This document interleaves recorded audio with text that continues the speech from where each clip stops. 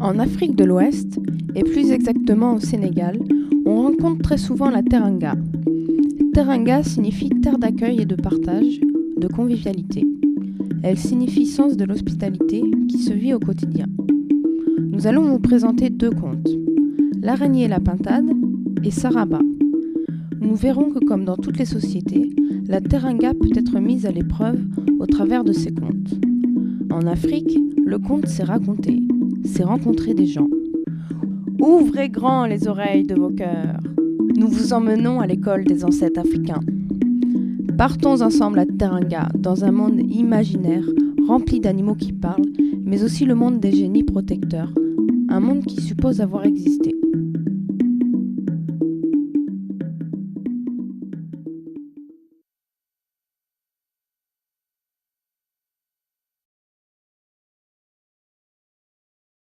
L'araignée et la pintade.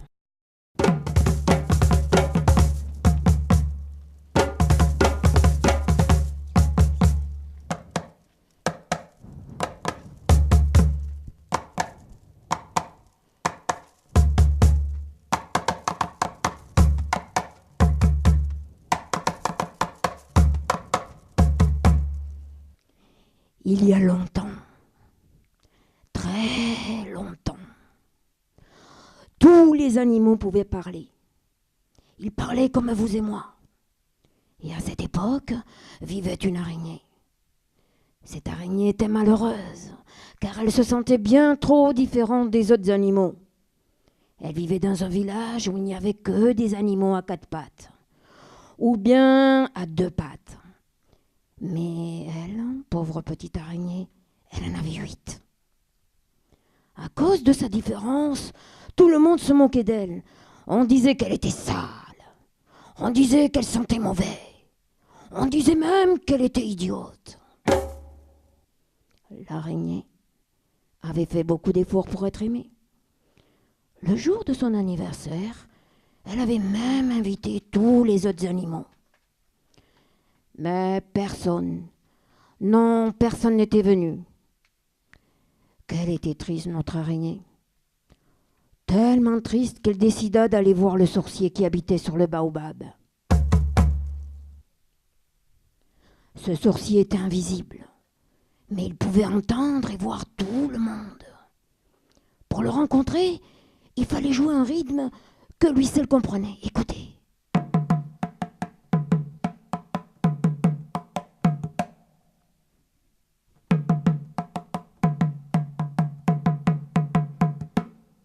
Et l'araignée dit: Sorcier, sorcier, j'aimerais tant devenir comme les autres animaux. Je voudrais que tu me transformes en lion. Mais le sorcier lui répondit: Araignée, tu es né araignée, tu resteras araignée. Alors, sorcier, si tu ne veux pas me transformer en lion, transforme-moi en éléphant. Araignée, tu es né araignée, tu resteras araignée. Alors, sorcier, si tu ne veux pas me transformer en éléphant, transforme-moi en panthère. Araignée, tu es né araignée, tu resteras araignée. Maintenant, rentre à la maison. Demain, je parlerai à tous les animaux. Le lendemain, le sorcier convoqua tous les animaux et leur dit: Si j'entends quelqu'un se moquer d'un autre parce qu'il est différent, je lui arrache le cœur. Si je vois quelqu'un se moquer d'un autre parce qu'il est différent, je lui arrache le cœur. Maintenant, rentrez. C'est tout ce que j'avais à dire.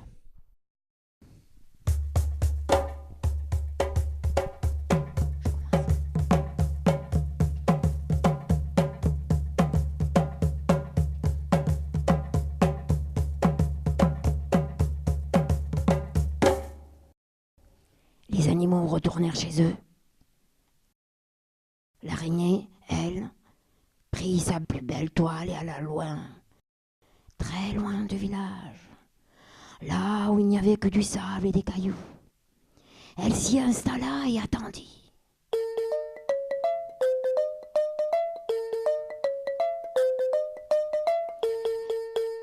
Les semaines passaient et plus personne ne voyait ni entendait parler de l'araignée.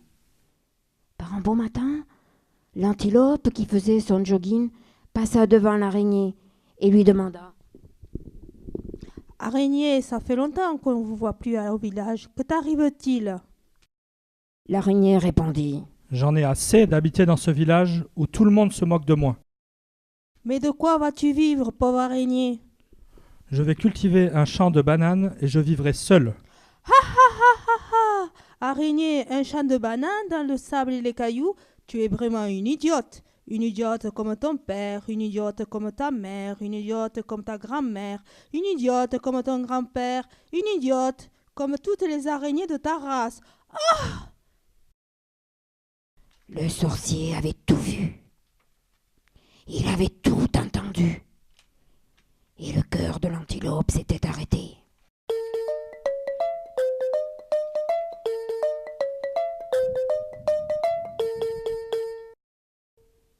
Quelques semaines plus tard, la girafe vint à passer. Elle aimait se promener le soir quand le ciel embrassait la terre. En passant devant l'araignée, elle lui dit: Dis-moi, araignée, on te voit plus dans le village. Tu boudes? L'araignée répondit: J'en ai assez d'habiter dans ce village où tout le monde se moque de moi. Mais de quoi vas-tu vivre, pauvre araignée? Je vais cultiver un champ de bananes et je vivrai seul. Ah ah ah ah! Araignée, tu es une idiote. Depuis quand les araignées cultivent-elles des champs de bananes? Et depuis quand les bananes poussent-elles sur du sable et des cailloux? Araignée, tu es vraiment une idiote, comme toutes les araignées de ta race. Ah! Le sorcier avait tout vu. Il avait tout entendu. Et le cœur de la girafe s'était arrêté.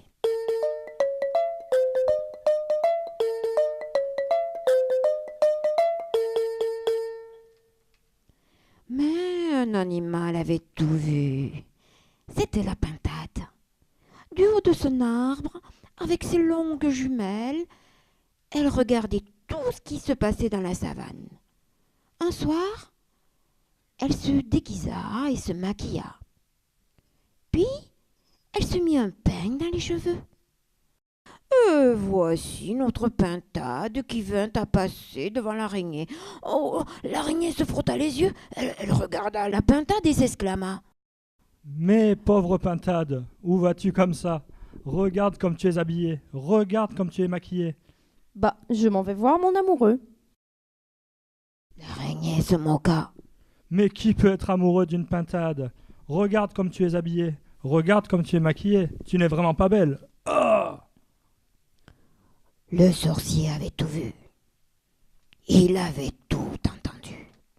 Et le cœur de l'araignée s'était arrêté.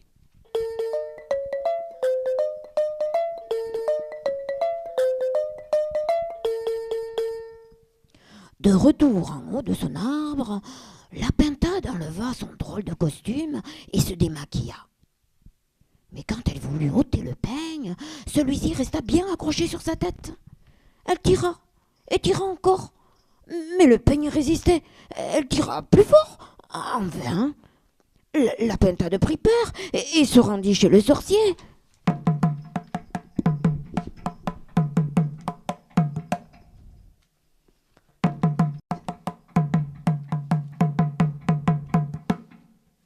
Sorcier, sorcier!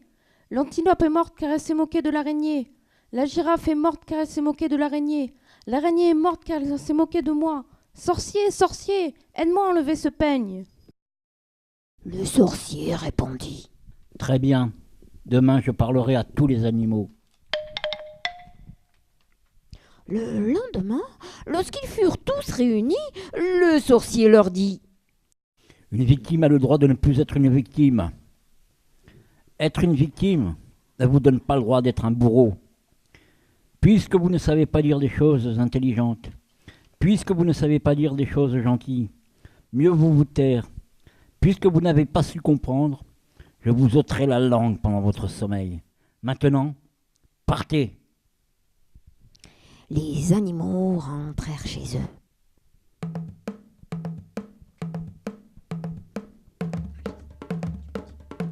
Mais personne ne voulait dormir. Quand la nuit fut la plus noire, le sorcier joua une mélodie magique et tout le monde s'endormit. Alors, il passa dans les cases de tous les animaux et leur ôta la langue. C'est depuis ce jour que les animaux ne parlent plus. Avec le temps, le peigne de la pintade est devenu une crête. Une crête qui nous rappelle le sorcier du baobab. Si vous rencontrez quelqu'un qui ne dit que des méchancetés, parlez-lui de l'araignée. Si un jour vous avez envie de dire des méchancetés, pensez à la pintade. Cette histoire, c'est mon père qui me l'a racontée. Mon père l'a eue de sa mère, ma grand-mère l'a eue de son père, qui l'a eue de son oncle, et cet oncle l'a eue de sa tante.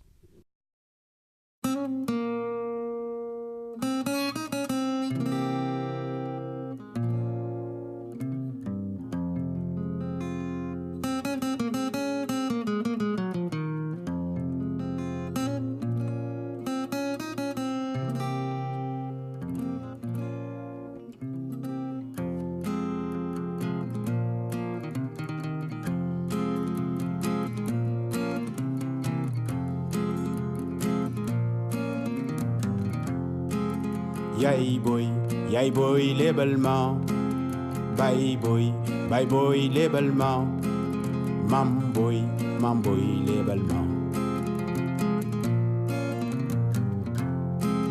Yay boy l'ébellement, bye boy l'ébellement, mam boy l'ébellement.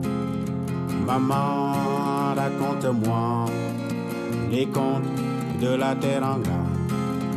Papa, raconte-moi les contes de la Teranga. Maman, raconte-moi les contes de la Teranga. Papa tum papa bum rapati pam para padim. Papa tim bom papa dum bari parti bom para padim. Pam pam pam papa dum bari parti tam tal. Tindak tindak bum gani tak tam to da padim.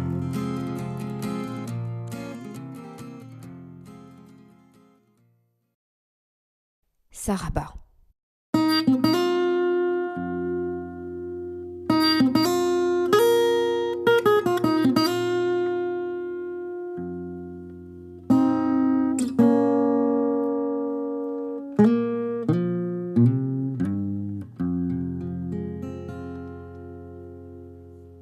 Il y a longtemps, très longtemps, vivait un garçon qui s'appelait Saraba.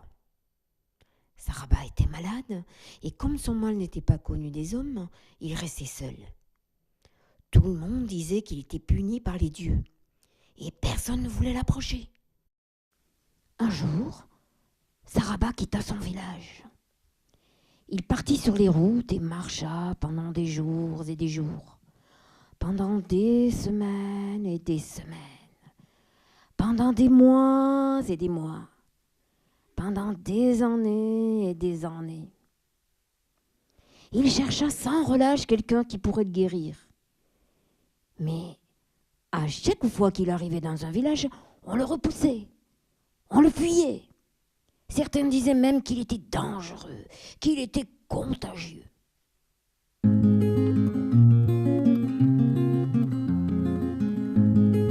Pourtant, Saraba n'était pas seul. Depuis le début de son voyage, un oiseau que l'on appelait Kalao le suivait. Un matin, le Kalao lui parla pour la première fois. Petit garçon, comment t'appelles-tu? Je m'appelle Saraba. Je suis malade et je veux guérir. L'oiseau lui dit: Traverse la forêt, puis la savane, puis la brousse, puis les 2 montagnes sacrées, puis le lac. Après le lac, il y a un village, et derrière ce village, il y a une case. Et dans cette case, il y a un homme. Il s'appelle Natogo. C'est un homme généreux qui connaît le secret des plantes. Va le voir, lui peut-être pourra te guérir.